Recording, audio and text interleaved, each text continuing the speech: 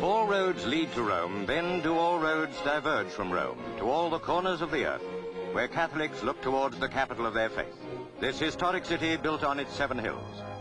Historic indeed was this winter morning, when from Vatican City, the prisoner of the Vatican, as popes are sometimes called, motored to the airport.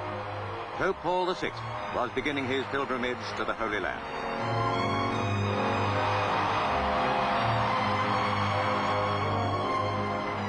Almost overnight, it seemed as if the quiet and unassuming pontiff, who succeeded the universally popular Pope John, had become popular himself. Italian cheers expressed what Catholics felt throughout the world. Here was a move in the direction of unity of the Christian churches.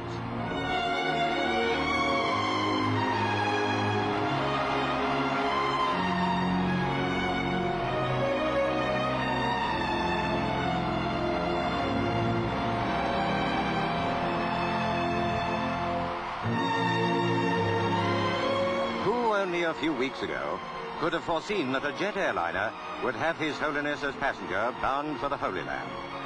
He is the first Pope to fly, and on the airport, or in the spirit, Christendom bade him Godspeed.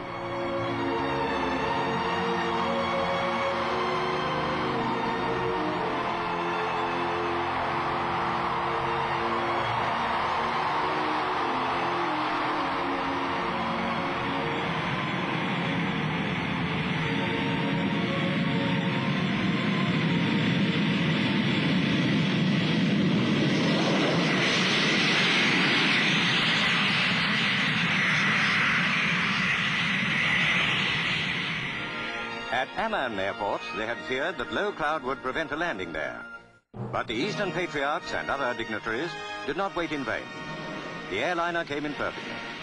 King Hussein's personal bodyguard was lined up to do military honors. In his white robes and uniformed as an air marshal came King Hussein to meet the pontiff.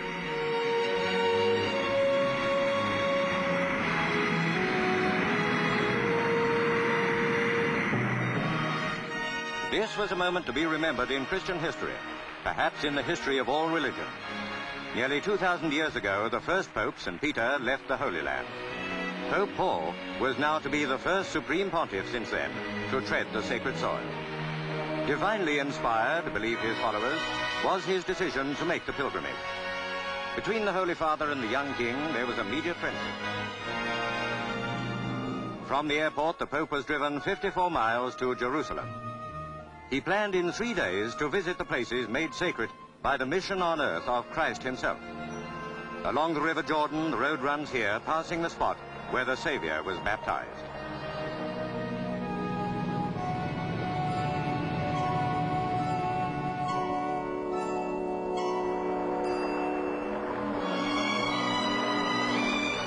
No Christian, whether he be Holy Father or lowliest of men, can pause here and not be most profoundly moved.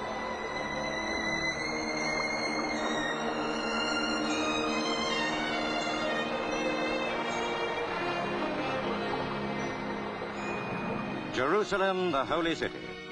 Later, the Pope rested at the apostolic delegation on the Mount of Olives. In parts of the city, there was tremendous excitement. Conflicting faiths meet in Jerusalem, but now there was harmony. The papal pilgrimage touched the imagination of all.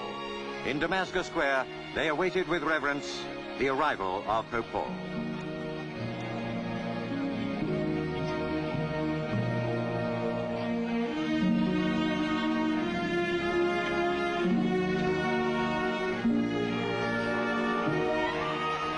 It was now that the security arrangements became almost totally inadequate.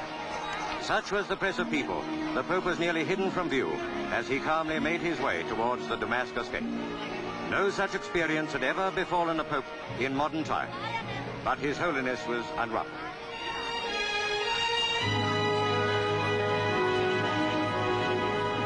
From this old city, how Christianity has spread. Priests from the Philippines carried a cross along the Via Dolorosa, where Christ bore his cross to the place called Calvary. The Garden of Gethsemane, the Mount of Olives, and the Church of all nations.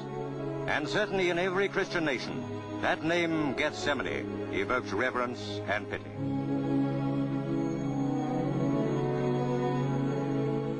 That last scene in the garden, we know the painting by Hoffman. This filmed reproduction by courtesy of the Palace Gallery.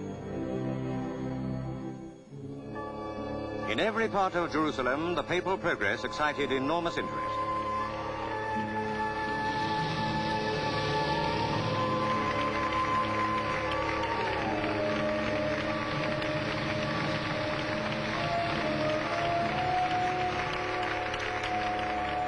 On to Nazareth. In this ancient city, Jesus grew up with Mary and Joseph, working in the carpenter shop till he was ready to begin his ministry.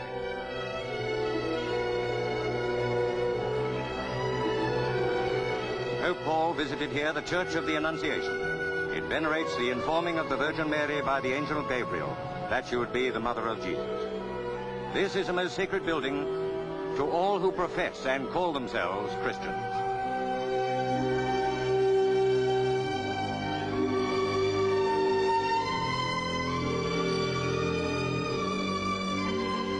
At Capernaum are the remains of the synagogue in which Jesus preached.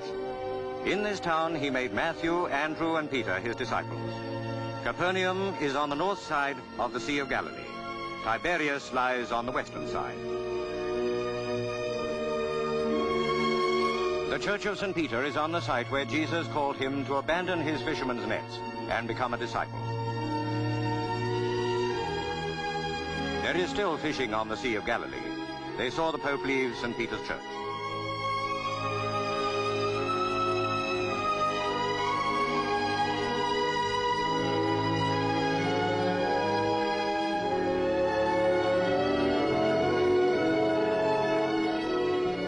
In the steps of the Master, Pope Paul continued his pilgrimage. A reproduction of Tintoretto's Christ at the Sea of Galilee is shown here. It is a Palace Gallery color type. Not even here, where the Galilean preached and wrought miracles, could the Pope stay long. But the experience of being at the shores of the sacred sea will be a memory remaining always, both with him and all who were there. He was now returning to Jerusalem.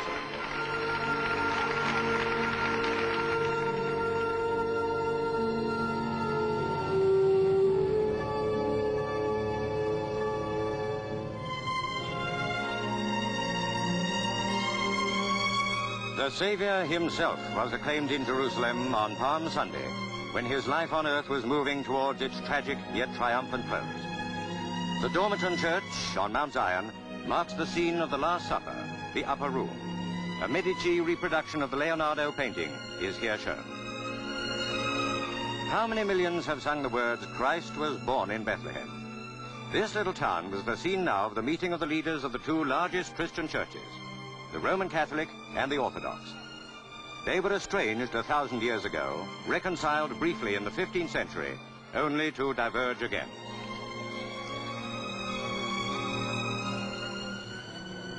Athenagoras, first among equals of the patriarchs of the Orthodox Church, came to the Church of the Nativity to meet Pope Paul. Those who avow the Eastern faith number perhaps 200 millions. Athenagoras, 6'4", made an imposing figure. The Pope now himself approached the church.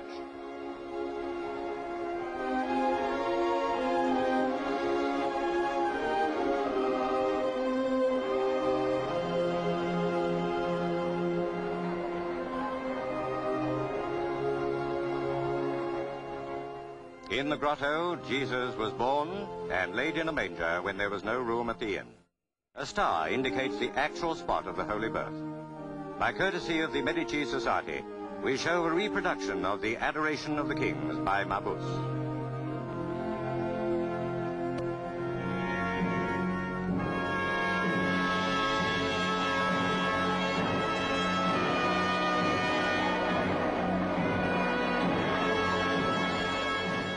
One object of the papal pilgrimage was to move towards the unification of the Christian churches. When it is achieved, that unity may lead to the wider community of peoples worthy of the Son of God, who was born in Bethlehem.